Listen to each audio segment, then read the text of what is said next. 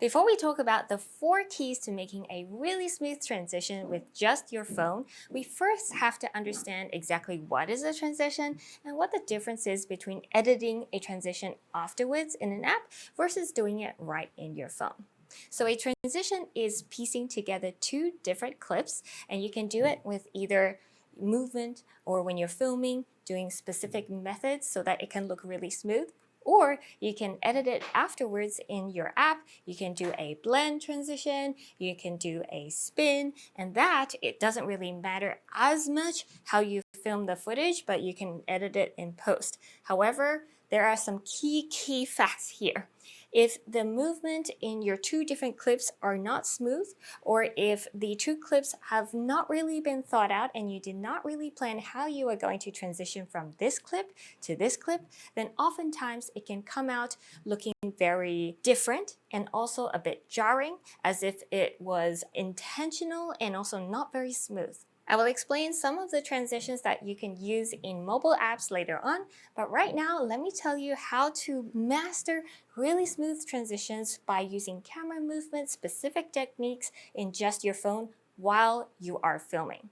The biggest misconception that people may have that makes their transitions not as smooth is that they think that they can just film the clips and not check them or not plan beforehand and then put them into their phone later on and use a little post-editing app and post-editing transition to smooth it out. But unfortunately, if the filming itself was not done right and planned properly, then it won't actually look good. So let me tell you the 4 keys to a smooth transition. The 4 keys are continuation of motion, and number 2, blocking entirely of the screen, and number 3, covering the face or the main focus of the subject and not blocking the entire screen. And number 4, matching the subject in size, position, or clothing, or movement. So with number 1, continuation of motion, there are many different ways to do this. So one of the most common ways to continue a motion to transition between different scenes is what we call a whip pan. So to demonstrate, when you do a whip pan, when you're filming somebody, you can simply whip like this. Now the key with continuation of motion is that this motion has to go in the same direction. And the second key is that it should be done fast enough so that there is some motion blur. But don't worry, if you didn't do it fast enough, I'll teach you how to add motion blur in post and also how to speed up the clip as well. One of the most common mistakes that people make with their whip pans is that they whip really slowly and then they don't speed up the clip or add motion blur, and then they immediately continue with the next clip, which is also just as slow. Or even worse, sometimes they continue the next clip static, and then it's just one way swiping in, but you don't swipe in from the second clip. And the best way to prevent this type of mistake is simply to make sure you whip fast enough. Continuation of motion is not limited to these types of horizontal movements. You can also whip upwards, whip downwards. You can also do this type of movement like this, so that you continue from here to here. Just remember that when you are filming your first clip, let's say you're doing this, in your second clip, you also want to make sure you go back a bit and then continue onwards, so that when you piece it together, it doesn't look like you stopped here and then you started right here on your second clip. Other variations may include a 180-degree transition. So we have seen like a lot of those transitions where you go like this, boop, and then you come up this way. We'll show a demonstration right here. I think I'm losing my mind, trying to stay inside the lines. It's like you're running in place. Yeah. The reason why we need to have some level of speed or motion blur when we are doing this transition is so that you can hide the cut that can often be quite jarring or be very sharp. So when you are not doing it fast enough or not doing it with motion blur, then you will really notice the cut between the 2 scenes. And so the purpose of this is to really hide or disguise that with the motion. Another transition you can do with motion is to spin your phone. So if you spin it, the fast motion of your phone spinning, it is similar to the 180 spin transition. It will also create this motion blur so that you can transition from one scene to another. Another one that I personally love to use is to use your wide angle camera on your back camera and then just simply drop your phone like this in a very quick motion. And what you can also do is in post, you can add a little shake when your phone reaches the bottom. And so this way you can transition through different locations. Here is a quick demonstration of how to add a shake effect in post editing. So here is a video where I recorded where I drop the phone and then come from this other location. So we just want to make sure we're cutting at the right spot. So it will look like this without the shake. It looks pretty good already, but if you add a little shake, it might look even better. So go to effects at the bottom here and then add video effects. And you can see that shake is one of the most popular ones as it's on the top. Camera shake. Add it here. And you see how it's shaking for the entire duration.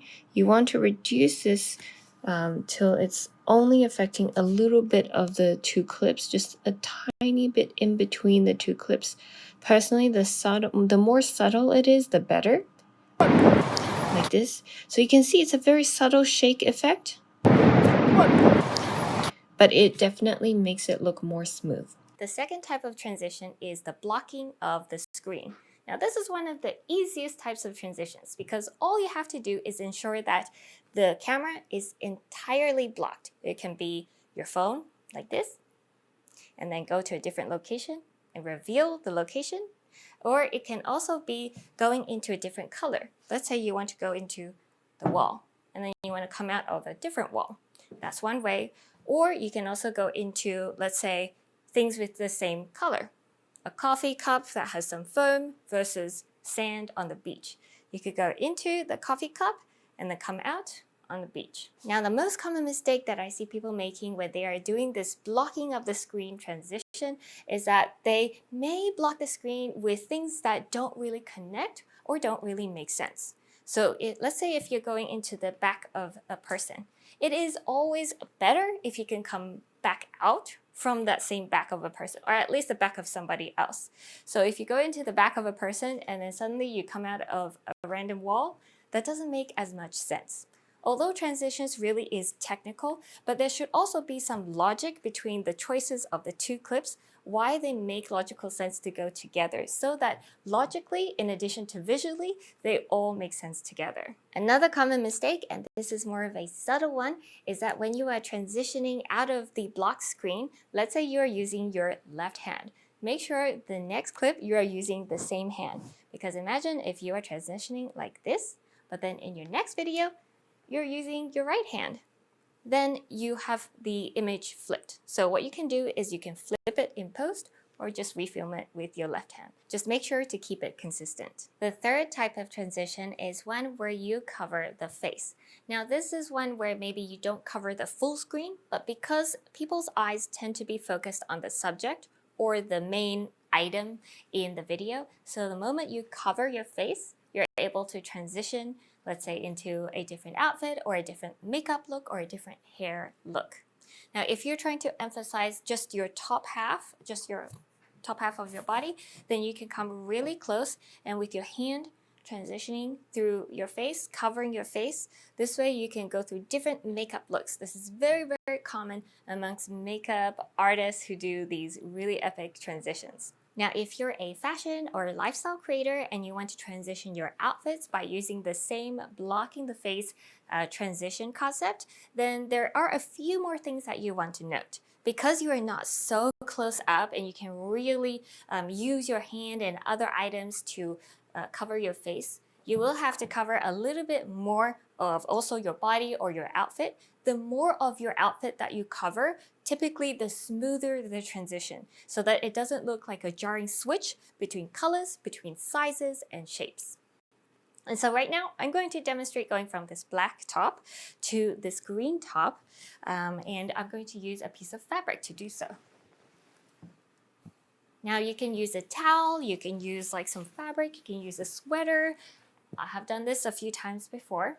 It's very, very simple. So all you have to do is make sure that when you're doing it, you have to make sure that your face is actually covered. So imagine if you change your outfit like this, but your face is not covered. But the next clip, your face is maybe even a little bit different, because people tend to look at your eyes and your face because you are the main subject. People like to make eye contact, and so then it will be very obvious. So what you want to do is make sure that you cover your face and as much of your outfit as possible, like this.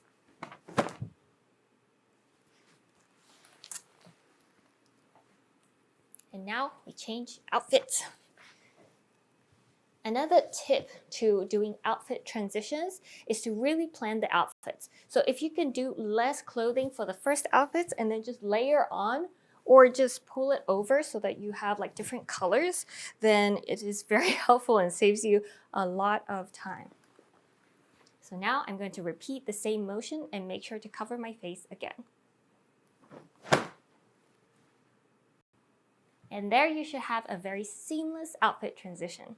Another mistake that I see people making when they're doing various transitions is that there is not enough contrast. Let's say you are going from one outfit to another outfit, or you want to showcase before and after, so a transformation as a person. So the more contrast you can create, the better in terms of how you look, because then people will immediately be able to understand that, oh, that's different. So what I've seen people do is oftentimes they will transition. The transition itself is smooth. However, their outfits are maybe a similar color, maybe a similar shape, and so people don't actually visually immediately understand that they changed outfits. And so this is something that you can take note of and make sure to make the differences between each outfit really contrasting so that people know that you actually changed your outfit. The fourth type of transition or key to making smooth transitions is doing the match cut. So the match cut is making sure that in every single clip, the subject is the same size or the same position, let's say your body position, or doing the same movement, let's say you're doing a snap. So you can do this in two different ways. One way is using a static video, using a tripod.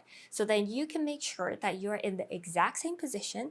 Let's say you do not want to move your environment and only you are changing outfits with each snap. And then the second way is to do it along with movement on the camera, but then matching the movement and matching the position when you are making the transition. The second way is a little bit trickier, and I have some tips and tricks for you on how to make sure you match the first clip and the second clip even without a tripod. So one of the most common mistakes that I see people making is that when they are trying to make a match cut, they do not make sure that their tripod is always in the same position. This is absolutely crucial to have it match well. You don't want your background to be jumping around, which is why you really need to plan your outfits ahead, and so that when you start filming, the position of the tripod is never touched. And when you are also pressing record and stop, that you are very careful, or you use a remote control, or you use voice control. I will link a little video tutorial on how to turn on voice control for your phone. Let's say we want to transition from this outfit to this outfit, and I'm going to use the same size, same body position, and also a little movement. The key to the movement here in match cut is so that it distracts people from little discrepancies that may happen. So if I'm doing a snap and maybe my facial expressions are just slightly different, it will still look pretty smooth because most people will focus on where the motion is. So if you go like this or like this, then it will definitely distract from any slight differences between the two match cuts. So let's try it. Okay, now put this on.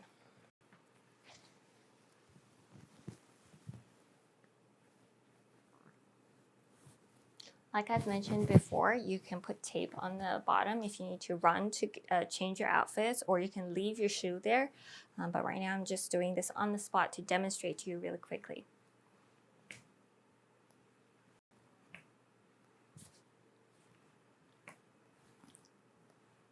So you see, I actually did that many times because oftentimes the first try might not be the perfect match. I try to do it by muscle memory of just like roughly where my fingers are. But if you want to be more precise, you could make sure to, let's say, level your finger with your head so that you have a little mental note on where to put your finger and how high up or at what angle your elbow is. All of these tiny little things do make a difference to the final outcome. So let's check the results. So every time after I finish making a transition, before I move the tripod, I make sure to check the footage. I want to make sure that my hand positions were ideal, that I did actually do the right kind of snap in the right spot. And so I just scroll through really quickly and just double check right here. And I can see that the hand position does look exactly the same. My arms are crossed like this, not crossed, but like on my waist like this, so this should work. And then I can take this off and move the tripod and whatnot. Another tip also is that when you are outside, let's say you are shooting in a specific location while you are traveling, I like to edit on the spot before I leave the location. Maybe even before I move the tripod, if I can. And I will put it into these editing apps and really quickly match them up to see if the quality was good, to see if the position was right, to see if the lighting matches up reasonably well.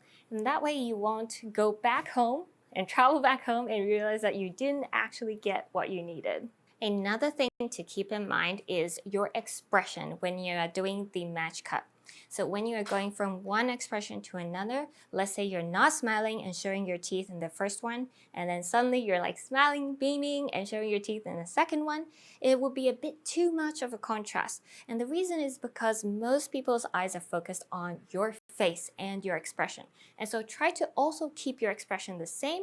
If in doubt, just check your previous footage first before you continue the next one. In addition to your face, your hair, so people with hair, people who have hair, your hair also affects how your overall face is shaped and framed. And so keep that in mind as well. So for example, if I'm doing an outfit transition and I want to make sure that it looks almost the same, but just the outfit changes, then I will make sure to always put my hair forward in the same way. So imagine if I had different outfit transitions, but then one outfit is with the hair in front. The second outfit is with the hair in the back. And then the third outfit is with the hair in the front.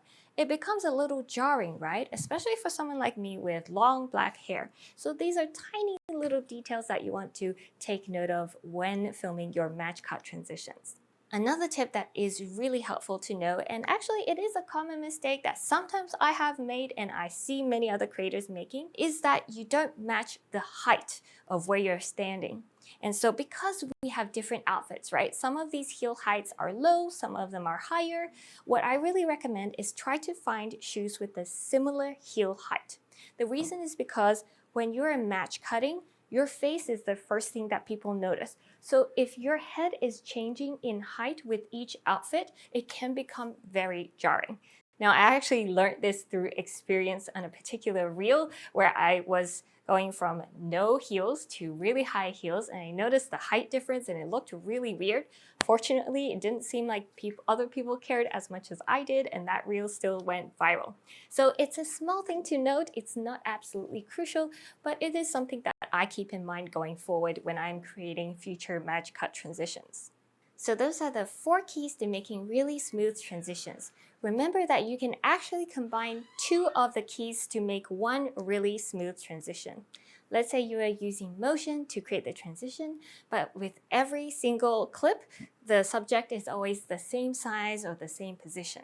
And lastly, remember that practice makes perfect. The more that you go out there and try these different transitions, the more you'll notice the tiny little differences, discrepancies, the mistakes that you've made, and then you now know how to fix it.